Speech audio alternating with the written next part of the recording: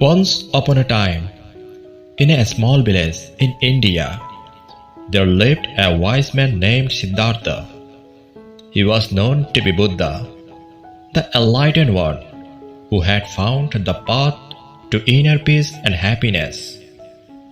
One day, a young man came to him seeking advice on how to deal with toxic people in his life. The Buddha listened to the young man patiently and then shared a story with him. He said, "Once there was a man who was walking in the forest. He saw a snake lying on the path, and out of fear, he picked up a stick and struck the snake. The snake bit him, and he fell unconscious. When he woke up, he saw that the snake was still there, but this time it was dead.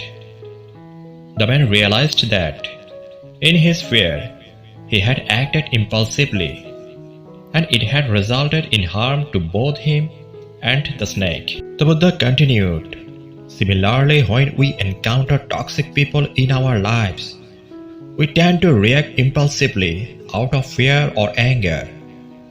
However, this can only harm us and the other person. Instead, we must learn to deal with them in a mindful and compassionate manner." The young man asked the Buddha how he could do that. The Buddha replied, "First, we must understand that toxic people are usually suffering from their own pain and wounds. They may be projecting their negative emotions onto us, but it is not about us. Second, we must practice empathy and compassion towards them. This means seeing things from their perspective and acknowledging their pain. Third, we must set boundaries and protect ourselves from their toxicity, but without reacting with hostility or aggression." The young man nodded, but he still seemed unsure. The Buddha smiled and said, "Let me give you an example. Imagine that you have a friend who is always complaining and being negative.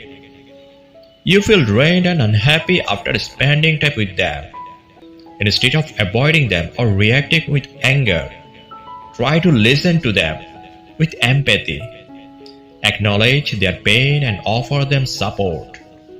But also set a boundary by saying that you need to take care of your own well-being and that you cannot spend too much time with them." The young man thanked the Buddha and left, feeling more confident and empowered to deal with toxic people in his life. In conclusion, the Buddha's teaching story reminds us that dealing with toxic people requires a mindful and compassionate approach. It is not about reacting impulsively or avoiding them, but about understanding their pain, offering support, setting boundaries, and protecting our own well-being. By practicing empathy and compassion, we can transform toxic relationships into opportunities for growth and healing.